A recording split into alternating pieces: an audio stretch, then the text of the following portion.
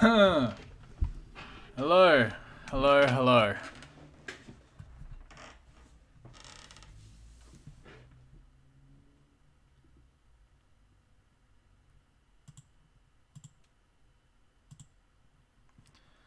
Alrighty, we're here. Let's see if this lags as badly as it usually does. Welcome, everybody, to a live stream. I haven't done one of these for a little while. So I thought I would do a live stream to have a chat with you all and dust off the live stream cobwebs and basically have a chat while I'm having a beer. So how's it going, everyone? We got a few people here. We said me, I guess also me, also known as Lucas Allstrup. Welcome to the live stream, buddy.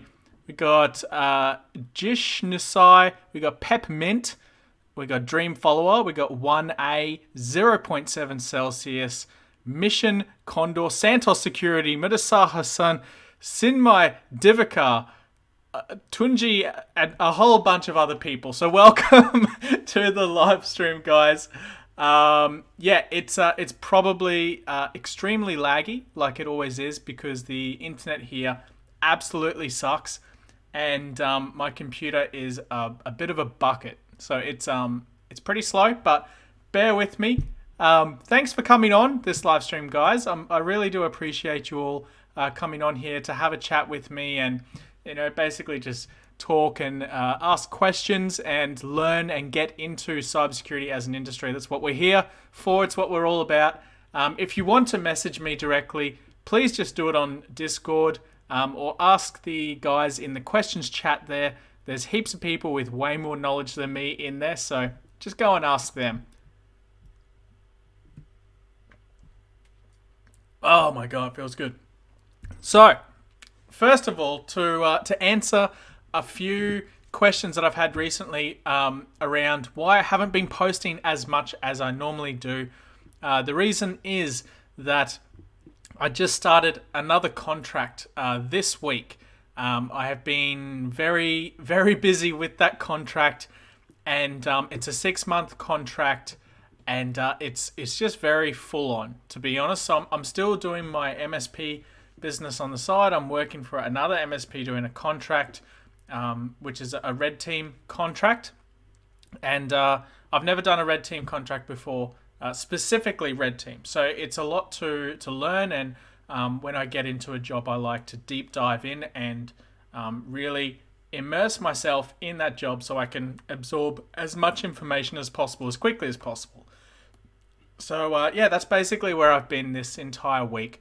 I don't see it getting any easier over the next few weeks, so I'm looking at doing 3 videos a week maximum for the next few weeks at least, until I can sort of smoothen out the kinks and basically get my life back on track.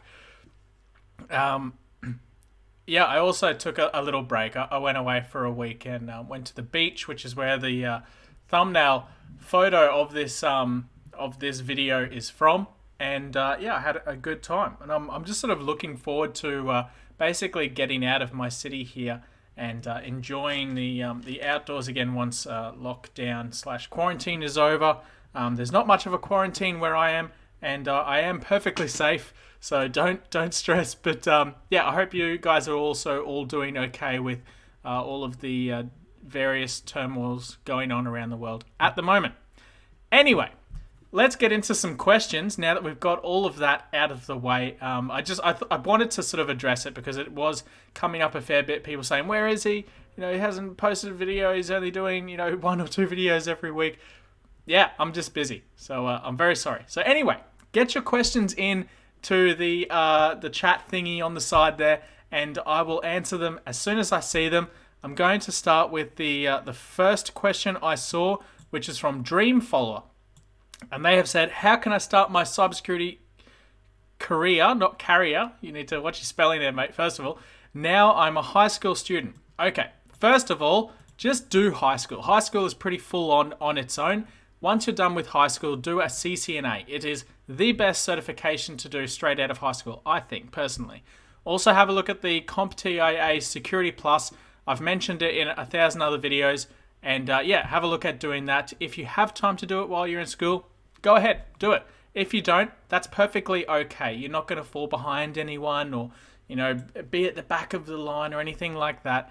You will just, do it when you can. So yeah, those 2 certifications are the ones I would recommend.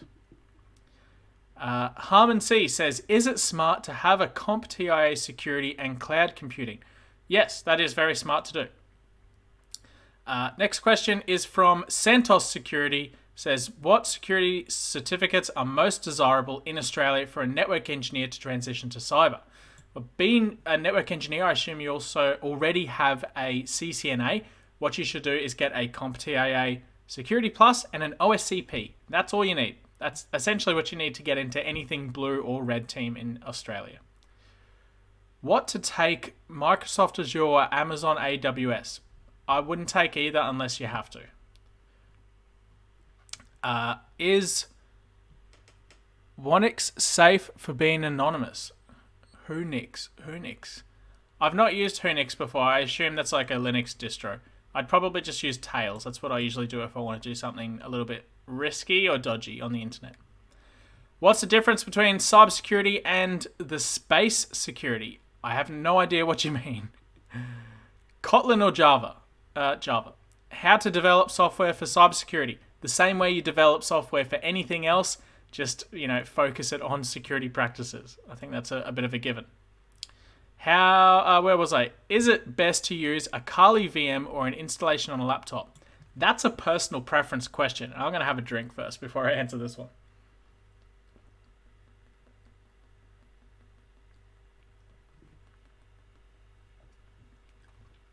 Oh my God. It's been a long day, so bear with me. I still want to start a channel about drinking hard liquor. I know beer doesn't count, but one day. Anyway, where was I? Is it best to use Kali VM or an installation on a laptop? I prefer, personally, the fresh installation on a laptop every time. It's just so much more fun, and it's more immersive. The feeling, when you get into a VM, you have to load up the VM, and you're restricted by resources, and it's just not that good. Vamsi Ravi, what is your full name? My full name is David Lee. Everyone calls me DC, though it was a nickname from school, and it's carried through my entire life. How to develop software? Stop asking me the same question because I will block you on the channel. What is the best laptop for cybersecurity?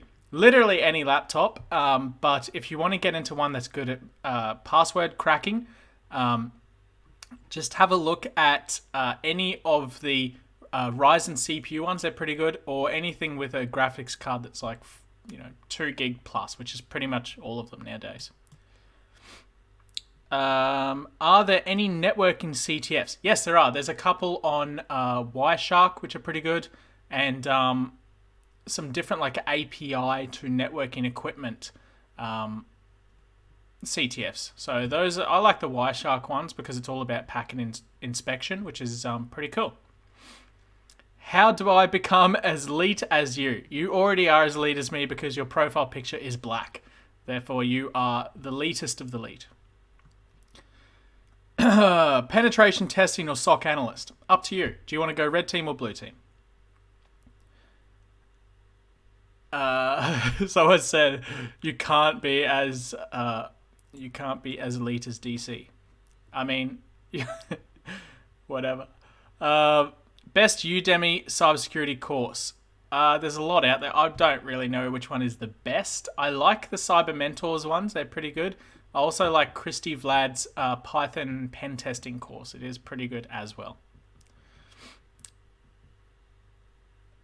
Keep getting asked the same questions. I've already answered. I will answer every single question, so don't post it twice because I'll just block you. Malware analyst versus SOC analyst. Well, in SOCs, as a SOC analyst, you do malware analysis as well, sometimes, depending on what level and how big that organization is and what sort of technology they're working with.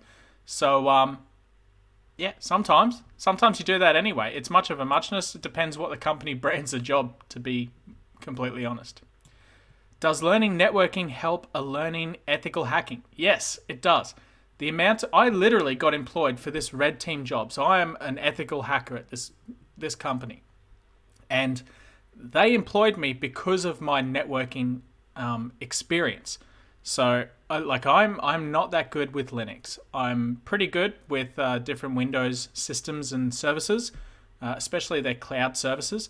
But my forte, so to speak, is 100% networking. I come from a networking background, and I literally got employed because of my networking experience. So Andreas Hoffman says, I'm with you if you need a sidekick. Thanks, man. I always need a Robin to my Batman persona. So thank you. I appreciate it. Peppermint. I like your name. I also really love Peppermint. Is it likely / easy to obtain an internship with IT companies during university, specifically cybersecurity internships? It's pretty tricky in Australia anyway. In the US, it is much easier. Around the world, though, Xero accounting software do internships, and I did an interview with a guy on my channel sometime last year, mid to late last year, on internships in cybersecurity. So definitely have a look at that video. That guy is very, very good, and he's progressing really well within the company he's working for now. So, I mean, he got a job off the back of an internship, which is amazing. So, but to answer your question, is it likely in Australia? No. In the US, more likely. That guy I was just talking about was from New Zealand, of all places, New Zealand. So New Zealand apparently has a really good intern program for cybersecurity. So, IT Affairs, when will you have a collab with me? When you invite me to. Send me a message directly, and I'll tee up a time to have a chat with you. Offensive security versus SANS certifications. I'd say offensive security. It's more widely recognized. Although the SANS ones are also quite good. It's just, when you ask anyone, they'll say an OSCP is the best pen testing cert or ethical hacking cert out there. Which is a low-hanging fruit which I can find? Are you talking about bug bounties? I assume you are. I'll come back to your question when you ask me again. Would you recommend snorting morphine in order to be as good as Elliot from Mr. Robot? Definitely not. Definitely not. What is your favorite Bundaberg flavor? Oh, I like their red oak. Wait, are we talking about rum or the soft drink? If it's rum, it's got to be the red oak label one. And whoever just donated some money to me, thank you so much. You're an absolute legend. I will get to your question if you ask me one soon. But if you're talking about the soft drinks, just standard ginger beer by Bundaberg is the best one. That's a very Australian question. I know you're Australian now. Prashesh Naya says, best certifications for cybersecurity. I did a video on this last week, and the answer was the CompTIA Security Plus. Have a look at that video, though, because I do go into a lot more detail than what I just did. Chinmay Divakar, difference between vulnerability analyst and information security analyst. Vulnerability analysts focus specifically on weeding out vulnerabilities for pen testers to then pen test against. And they also do the marking up of those vulnerabilities. Where a information security analyst it's more of a broad position, more overall. So it's much of a muchness depending on what sort of team you're working in. How is lockdown and Corona going? It's all good, man. We have pretty much no restrictions in Australia anymore, apart from that we are not allowed to travel outside of our state.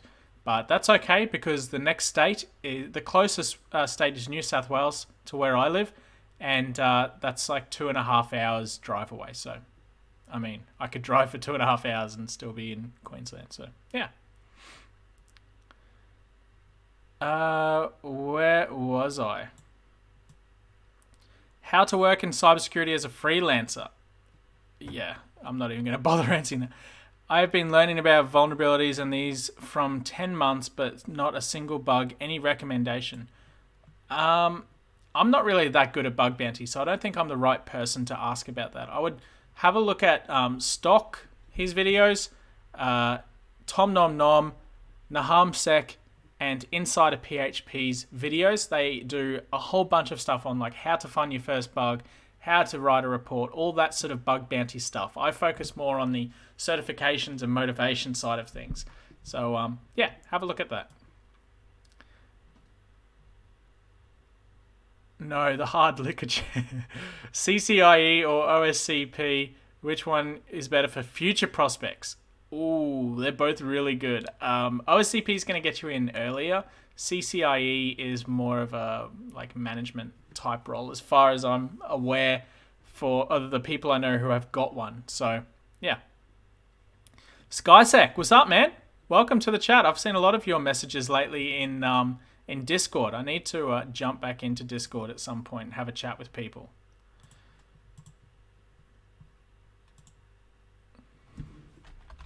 Just answer some people in Discord. Okay. Trying to start my own YouTube channel related to cybersecurity. Any tips or suggestions with regards to content and audience? My number one tip for anyone who wants to start a YouTube channel is to copy someone else. So have a look at their most popular videos and copy the subject and make your own version of it. That's my advice. The YouTube algorithm will then pick up that video as related to that person's popular video, and it'll then get recommended. So yeah.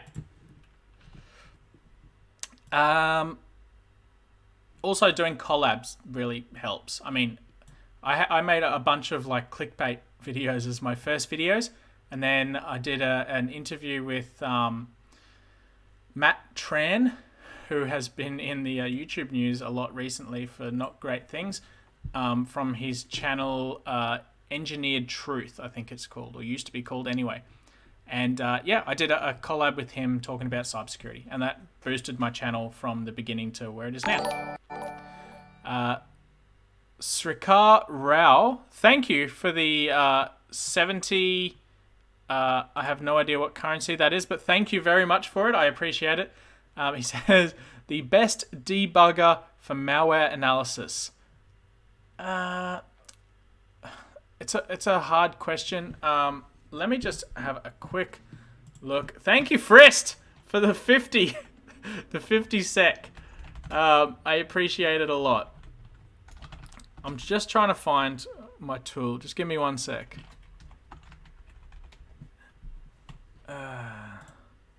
There's a sandboxing tool that I used to use for malware analysis. I haven't done malware analysis for a little while, so bear with me 1 second.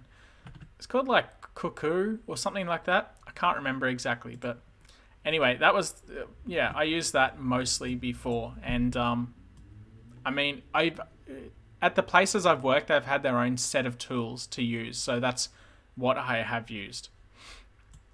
Tushar Sharma, is learning Python socket programming helpful for a hacker? In the long run, yes. In the short run, not really. Justin's journey, what made you go into cybersecurity? Initially, the money, to be honest. So I was working as a network security engineer, and I got offered this job as a cybersecurity engineer, and the money was around 40 to 50,000 Australian dollars more than what I was already being paid. So yeah, I jumped ship because of the money, basically. So yeah.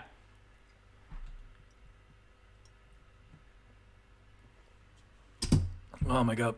Zed Moran Davato says, hi, I only have 1 to 2 gigabyte of data internet per day. Would you recommend me starting hunting bugs, and if not, why? Yes, I would, but I would also recommend you getting a bigger data allowance on your internet if possible. It might not be possible. Quechua, thank you for the $5, man. It's actually really hot tonight. That's why I'm wearing a t-shirt. I did have a hoodie on before, but too hot. Anyway, yeah, I would recommend getting into bug bounty, mainly for the learning experience that comes with it. So, yeah. Oh dear. Where was the next question? Are you good at CSRF? I have got a half CSRF, you know, the one in which the token is not tied to the session, but tied to an ID present in the cookie, how to pass the value of the ID from the other domain. I'm okay, but there are people in my Discord server who are much better and have much more time to help with that particular request. So I would recommend asking in my Discord server. There's a link in the description of this video and every video on exactly how to find or dive deeper into it. So have a look at that and have a chat with some of the guys in there. They'll be more than happy to help you out. Andrew Foe says, do you know much about the digital forensics field? Does it generally pay well? It does. I quite like forensics, but it's something here that's quite tricky to get into, because in most cases, in a lot of cases, you need to have a investigator's license to do the forensics, which is it's such a backwards industry. It's almost considered as cyber investigation, and it's just so strange. I don't know why. I think things will change in a few years when they realize it's not quite like that, but yeah. Cy Varma says, I have an interview for network engineer role. What are the networking concepts to prepare?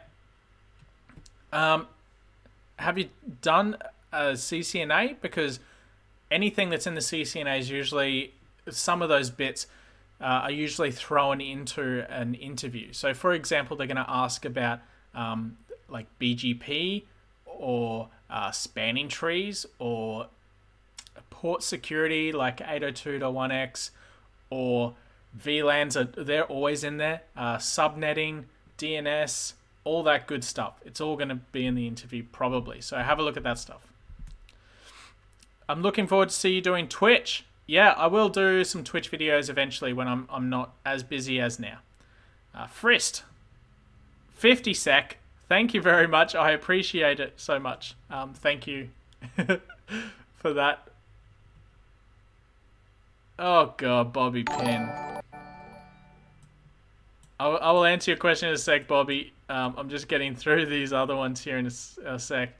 As a beginner without any knowledge on networking, can I start learning CCNA for networking and move forward to learn ethical hacking? Yes. Yes, you can.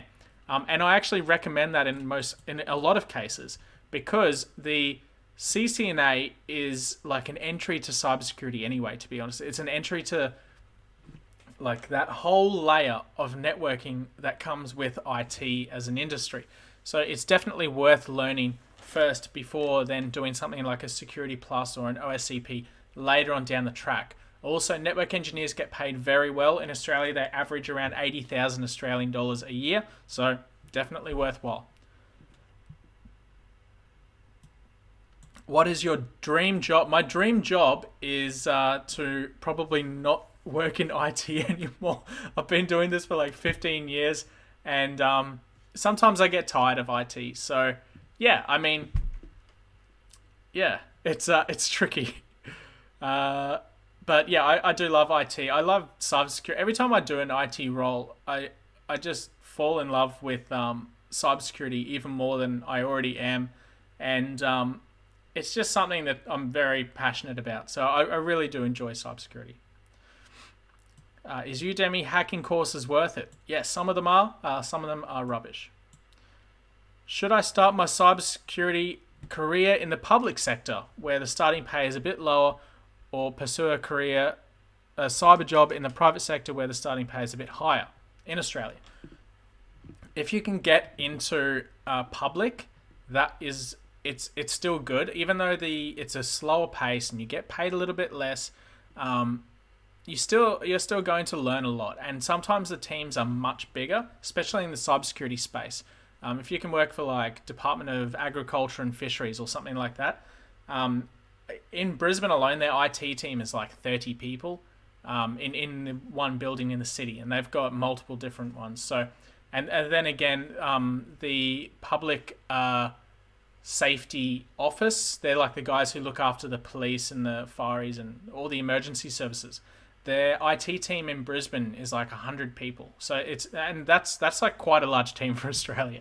So yeah, definitely worth getting into public. I quite like public.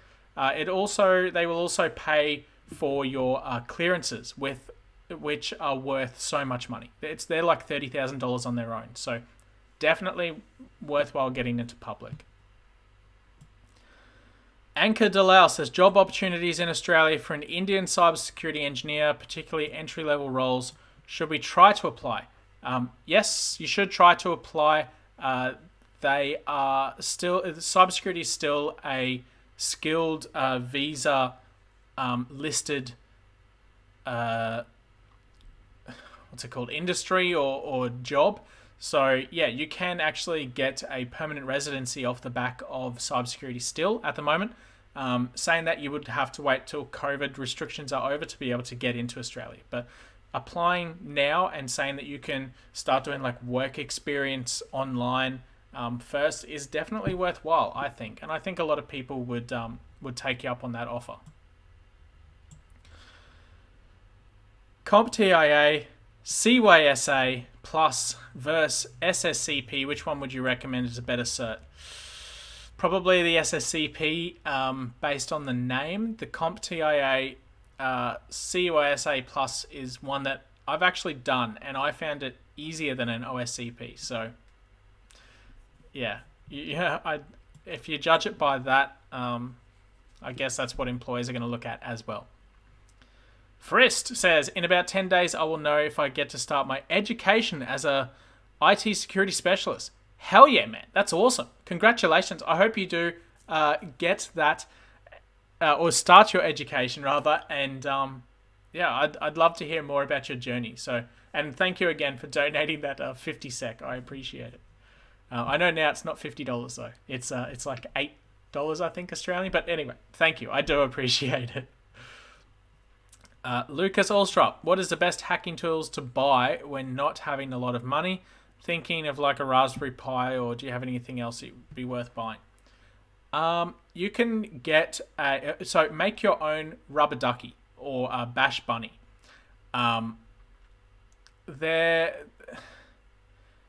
You can make one from like parts off eBay. So you just buy the USB. It's an Arduino USB off eBay. I think it's like $4 Australian. I don't know what that is in whatever currency you have, but yeah, make a bash bunny or a rubber ducky. They're awesome. Skysec, thank you for becoming a member. I appreciate it. That's awesome. I didn't even know I got an alert for that. How cool is that? Do you think NASA needs cybersecurity? Yes, everyone needs cybersecurity, especially NASA. They actually have a cybersecurity program. So, yeah. Oh, God, where are we with these questions? It keeps jumping. Books to learn, computer networks you would recommend. Any of the ones by Mike Myers are quite good. I would recommend those. Apart from that, I've mostly just read like labs and coursework for Cisco. So I would also recommend them. They're pretty good. They've helped me in the past. But interesting books are the Mike Meyer ones, for sure. Best text editor / IDE. Vim, I guess. I don't know. I like doing all my stuff in Nano. As far as like a text editing program goes, I usually just use Sublime Text. How have you learnt when you started? I learnt so I had like networking and sysadmin and network security as a background already.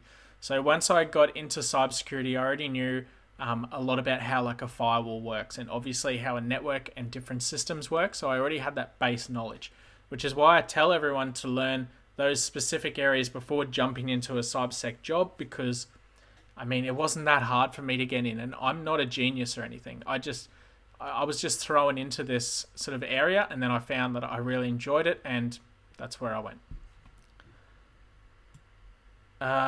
Bobby Pin, thank you for the $4.99 US. That's like $1 million Australian. So thank you. I can now afford my rent.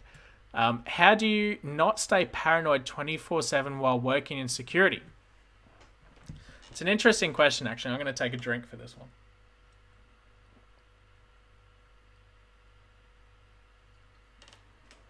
Oh my god, that's a good beer. Um, I think because I'm just basically blissfully retarded, to be honest. Um, so I don't have anything to hide. And I know that's not really an excuse, but um, before having a YouTube channel, I was very private about things. I only emailed or signed up for certain things through a like spam Proton Mail account, which I hardly even use anymore. I had no photos of me on any social media, no photos of my face, um, anywhere until I started YouTube, and now I'm just on everything, which is, yeah, it's totally backwards compared to how I was before. But when I first started in cybersecurity, I was quite paranoid about my own privacy, and I can understand why people get concerned about privacy related topics.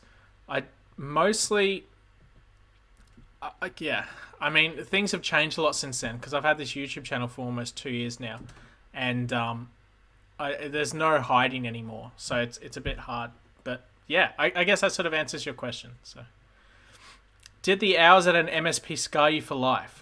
Well, I'm actually working at an MSP right now in their security department, and I saw the other day the guy was showing me like the average billable hours was between 55 and 60 billable hours a week.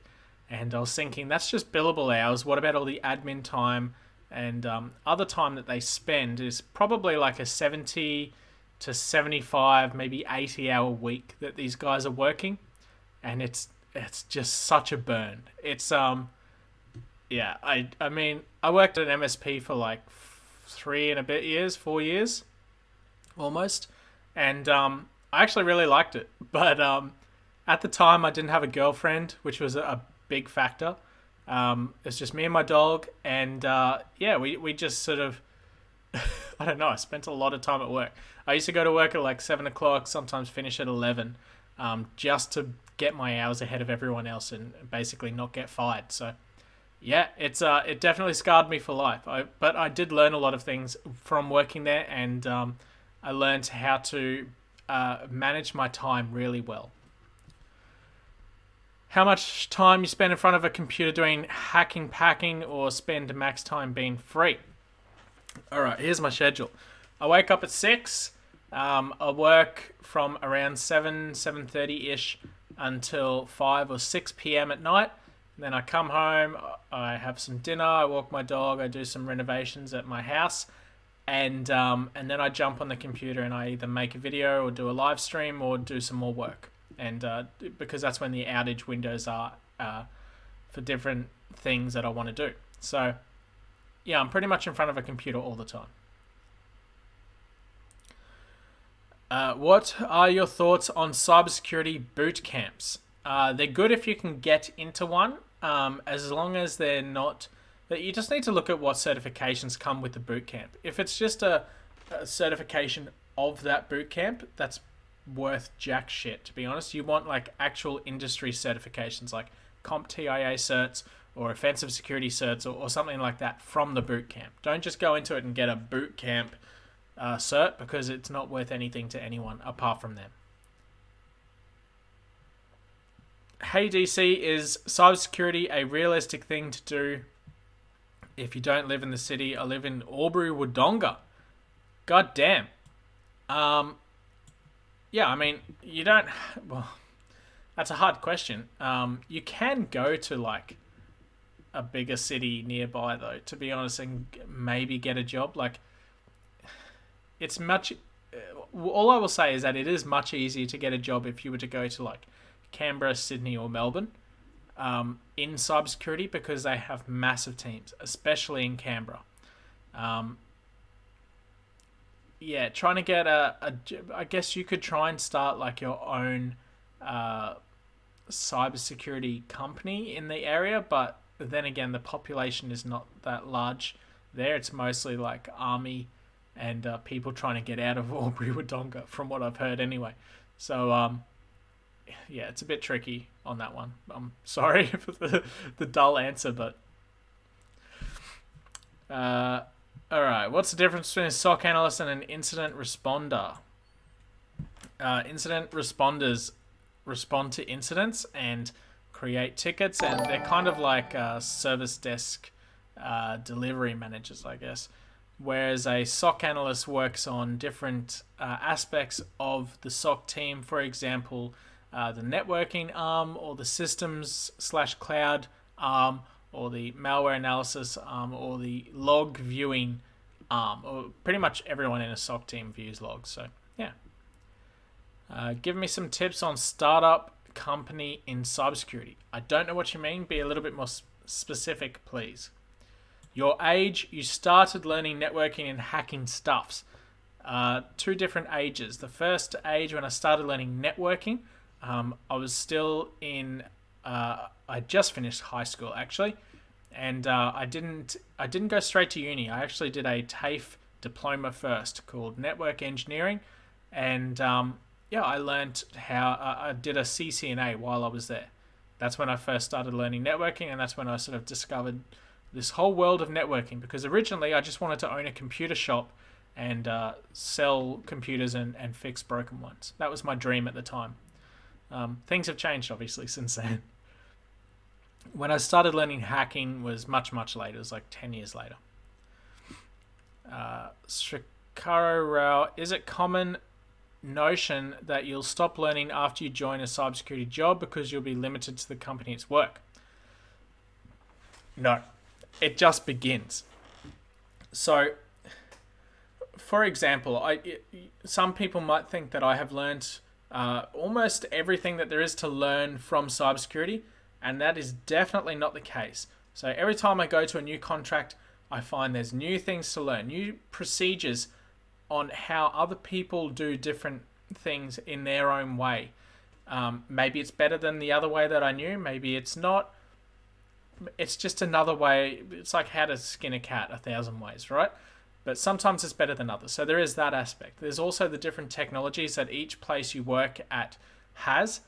And on top of that, every now and then there's like a renewal of software, right? Or hardware or like a new implementation of something. You then have to learn that system as well. And no one in this day and age stays in the same job forever. No one works there for 30 years. Some people do, but it's very rare. Most people skip and jump around within the industry to other places. So yeah, I mean, it depends more on like where you move to what technology you will work with. Chinmay Divakar, is it good to pull security tools in Docker in Windows? Yeah, man. It's a great idea. What are the tools you used in Bug Bounty? I used Postman, which is an API response, get post, etc. software.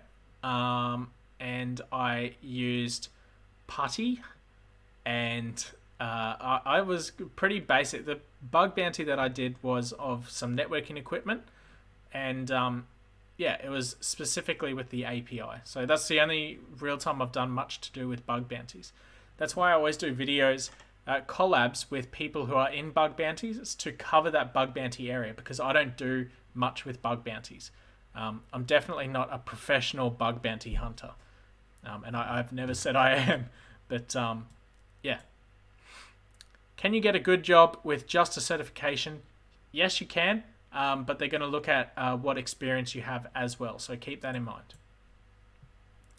Do you use a laptop or a desktop? I use a laptop. I use a laptop at work. I use a laptop at home. I've used laptops for the last like 10 years. I've exclusively used laptops. Muhammad Ayub, are you a hacker? Technically, yeah, I'm currently employed as an ethical hacker, so yes. Does age matter to enter the area of bug bounty? No, anyone of any age can do bug bounties. I might actually, when I retire from working full-time, I might get into bug bounties and do that as a job. After the CH, what cert for activities would you recommend next to be a better cybersecurity analyst for a better pay, thinking the OCP. Yeah, the OCP would be a good step. I would also have a look at a CCNA as well. That would be useful. If you think age matters, you are already lost. I mean, that's pretty harsh, but yeah. I mean, age doesn't really matter. Thanks for a reply. Really appreciate it. Thinking Canberra would be okay. ASIO. Yeah. Teens suck at InfoSec. You are a teen. I mean, I'm going to dox you. Under 15 club, Mr. Card ZZZ. Simba07, ML versus cybersecurity. Machine learning is not going to take over cybersecurity anytime soon, not in the next 5 years anyway, if that's what you mean with that question. So, yeah. Do you have any idea about the workplace culture at FireEye or CrowdStrike? I don't, sorry. I've not worked at either of those places, so I don't know. I'm going to wrap this up very soon because I need to have a shower and go to bed, basically, because I'm old and I need to get up early. So if you have any questions, drop them in here now, because I'm going to wrap this up real soon. Network security versus cybersecurity versus information security. What are all those? Okay, network security is more about the actual networking equipment itself, so the switches, the routers, and the firewalls. Whereas cybersecurity it's like up a level, so more how to explain it? Like more focused on malware, and I guess it still comes down to the security or network security layer as well. Information security, basically the same as cybersecurity, just some places call it a different thing. But specifically, it's more about securing the information or data of certain systems. Felix Megason, defensive skills and offensive skills. Which do you think employers go for the most? Which skills do you recommend for a beginner cybersecurity analyst? Definitely the blue team skills, so defensive, because there are more jobs in blue team. How to learn SOC skills if you don't have any prior experience? Is it possible with any practicing of software? I guess you could try Splunk out, or actually create your own firewall with logging and have circular logging enabled and push those logs out and analyze them with different log filtering softwares as well as packet filtering softwares, and put it all together, and that is kind of how a SOC works in a really backwards way. Okay, what are your certifications? Also, is Network Plus a prerequisite before getting OSCP? You can find me on LinkedIn. I'll see if I can find my profile for you. Here we go. I'll put my profile in the chat. Oh man, I've been using a Windows computer too long. I tried Control V instead of Command V. All right, so they're my certifications.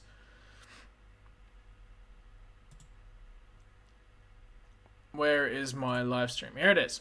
Okay. So those are my certifications. Also, is Network Plus a prerequisite before getting OSCP? No, it's not. Tushar Sharma, your cybersecurity knowledge when you thought you were ready for CCNA. I did my CCNA before cybersecurity even existed, to be honest. So, I guess, how does that answer your question? Your thoughts on CCIE security? I've already answered this, but I will answer it again just for you. It's a certification to do towards the later end of your career. So after you've got a bit of experience and different certifications, go for the CCIE then, if you want to get into a more managerial position. Fanil Shah says, after doing my bachelor's in India, should I go for master's in cybersecurity or take a drop and do the certifications like OSCP? I'd probably do the certs myself, to be honest, instead of a master's, but it's up to you. I guess if you really like the academic side of things, then the master's is a better route. Card ZZZ, WebSec, NetSec, what's your favorite? NetSec, definitely. I don't like WebSec that much. I'm not that good at it. And yeah, I'm more of a network person. What was your setup while taking the OSCP exam? My setup was at the time, 2012 MacBook Pro, which I hardly ever used, and my work computer, which was a Dell Latitude something. I can't even remember. That was my hardware setup. Ange, welcome. What's up? Gabriel Fernando, thanks. No problem. Ritesh Shrajari, what do you suggest for students who are pursuing a undergraduate degree in IT? Stick to the degree, do a CompTIA Security Plus after that, followed by a CCNA, or the other way around. Doesn't really matter. Okay, that's it. I've actually hit the bottom of the questions finally. I'm going to end the stream here. Thank you, as always, for everyone for coming on this live stream. It's been fun. It's a quick one actually, which is great. But yeah, only 47 minutes, that's probably a world record. But yeah, thank you everyone for coming on. It's been a pleasure talking with you all. I will put this video up on YouTube later, so you can all watch through it again and have a look at the questions. And yeah, I'll see you all in the next video, guys. Catch you later, and